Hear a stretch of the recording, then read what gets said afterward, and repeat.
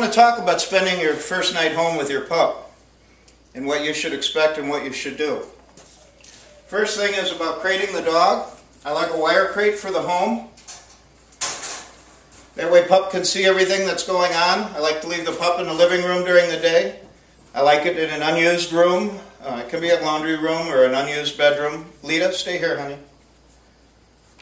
At night. The most important thing about one of these crates is that you get the divider panel, because with an 8-week-old pup, you're going to put the divider panel in to about 1/3 of the crate. About right there. So pup has enough room to go in, stand up, turn around, lay down. You don't want to give any young pup, 8-week-old pup, even older, any more room than that. And that's the advantage of the divider panel. As the pup grows, you keep moving the divider panel back. As you can see, this crate's about the right size for this 19-year-old pup here, 19-pound-old pup. Now, she won't need this divider panel, so I'm going to take it out for right now. And I'll show you how to crate up your pup for the first time. I like to use these begging strips by Purina. They say right on the package, made in Iowa and New York. American made is a lot better than the other brands that don't even say where they come from. They probably come from China, and I wouldn't feed my puppies or my dog that crap. Now, you want to get your pup to go into the crate, and hopefully without you having to pick up and force pup into crate. Just throw a treat in there, pup goes in, close the crate. We're going to leave pup in there for just a second or two. Pup's attention span is only about a second or two. I'd like pup to sit, but for the first time, Lita, for the first time it's in and right out. Now we're going to do it for the second time. Go in your house. Now I'm going to close it and I'm going to wait.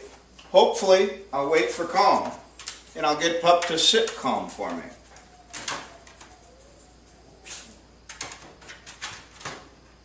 One 1,000, two 1,000. Lita, that's as long as you're going to get a young pup to sit calm. Their attention span is only about 1 second, maybe 2 seconds. So now we're going to extend it a little bit. Lita, go in your house.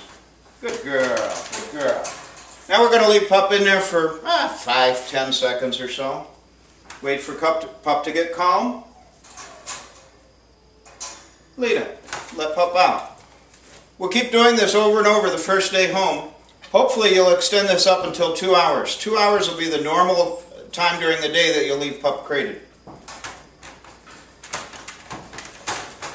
Leave them with a towel in there that simulates the rest of the litter, that they're used to sleeping on something soft and comfortable.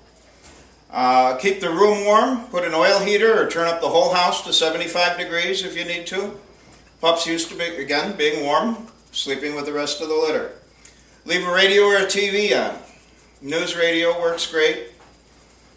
And that'll be your first night home.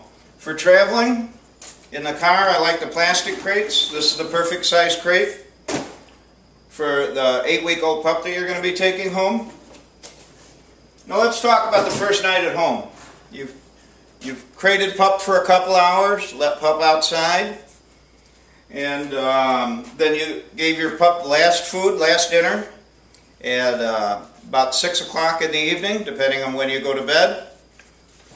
You go to bed at 9 o'clock, 10 o'clock, let your dog out for air elimination at that time, and then pup should be ready to go sleep for a good long time, maybe up to 4 hours.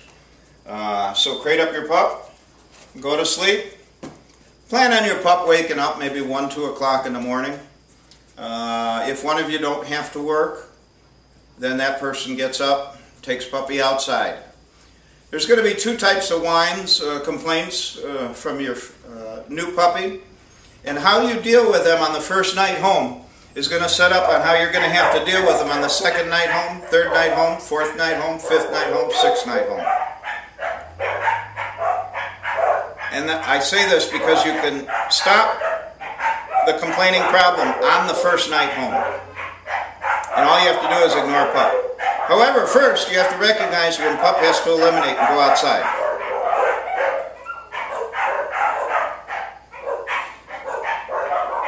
Those other dogs don't realize I'm trying to make a video here.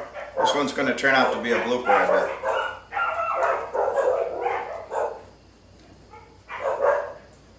And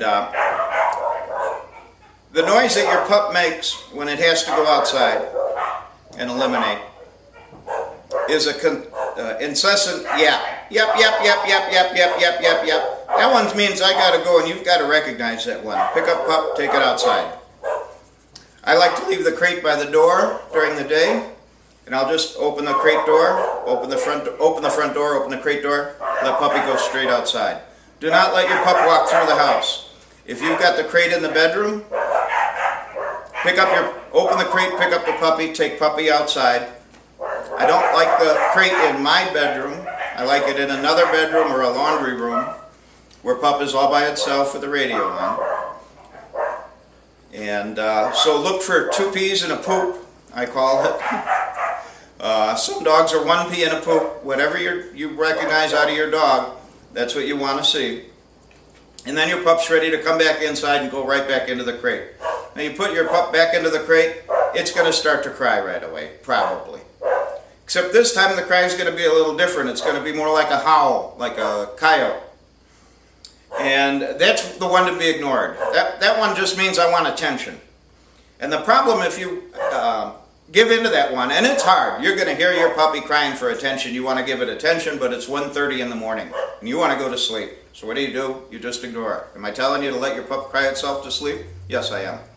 That's the only way you're going to stop it from happening the second night, the third night, fourth night, on out.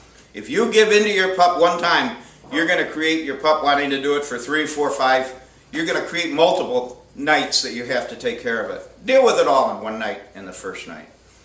So just let your pup go back to sleep. Now, pup may wake up again about 4 or 5 o'clock in the morning. Yap, yap, yap, yap, yap. That means pup's got to go outside. Take pup outside. Listen to your pup then.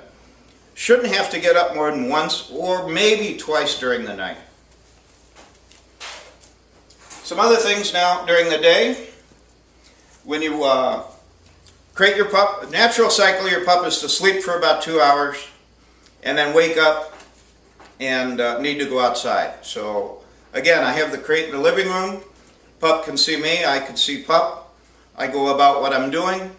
Pup's sleeping, pup wakes up, I know pup's got to go outside. So I take pup out to the same spot outside every time. They're going to mark that spot with their urine and their poop. And there's a smell to it. So if you're carrying your pup out, set it right down in that same area. They'll smell it and they'll eliminate in that same area every single time. Again, do not let your pup walk across the floor of the living room. Your pup's going to squat before it even gets out the door. So don't give your chance. Your goal is to never have one mistake in this dog training, crate training, house training that I'm teaching you about. So 0 mistakes is what we're going for here.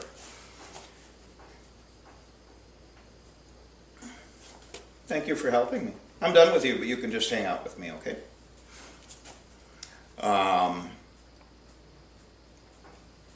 I had somebody call me one time and they said, I let the pup out of the crate, walks halfway to the door, and just pees on the floor there every time. Don't do that. Don't even give the pup a chance to do that.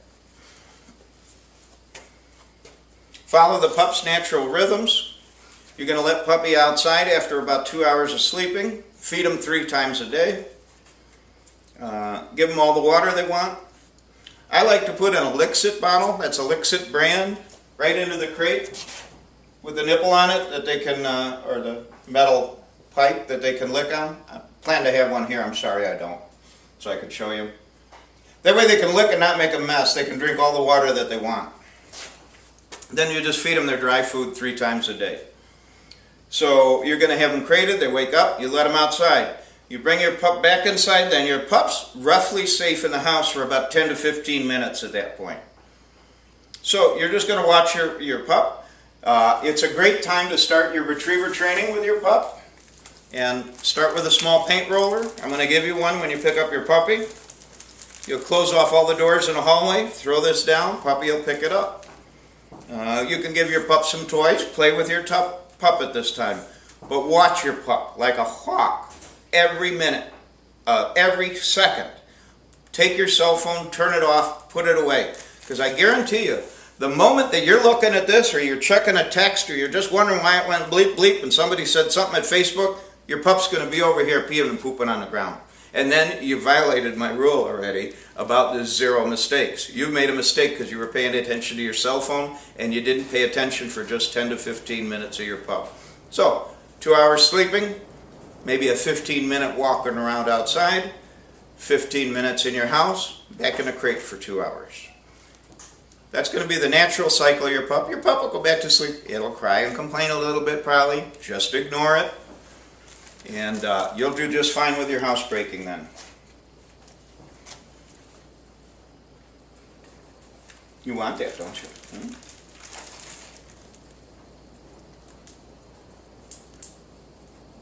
I think I've covered everything I want. I'm just reading my notes. Sorry if I had to do that. I want to cover everything.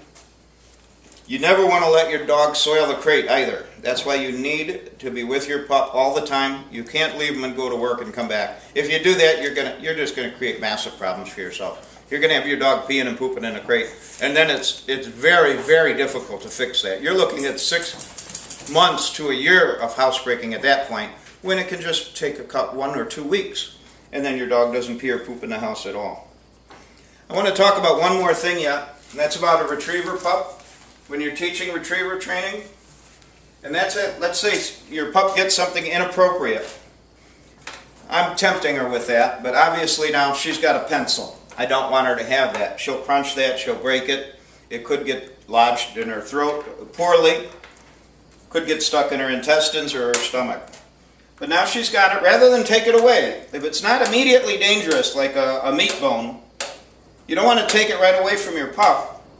You'd rather give pup something else, which I'm trying to do. Give her a bone. You want that instead, honey? Sure, you want that. And then take the inappropriate thing away from the puppy. See, you didn't snatch something out of their mouth. If you start snatching things out of your retriever's mouth, you're going to set yourself up where pup's going to play keep away with you. And that's not the way you want to start off your life with your retriever when you bring him home. Now, again, I said if there's a bone, a meat bone, any kind of meat bone, never give any of them to you. I only recommend these Nyla bones and large Kong toys, smaller ones for pups, of course. But let's say your dog's got a meat bone in its mouth. Don't try and find a bone and give it to your pup and switch it out. Just go get those out of the mouth right away. Don't even let your pup chew on them. But use this transfer method like I talked about. I'll be making more videos because I want to make sure that you're very successful with your puppy, my puppy, that I'm sending home to you.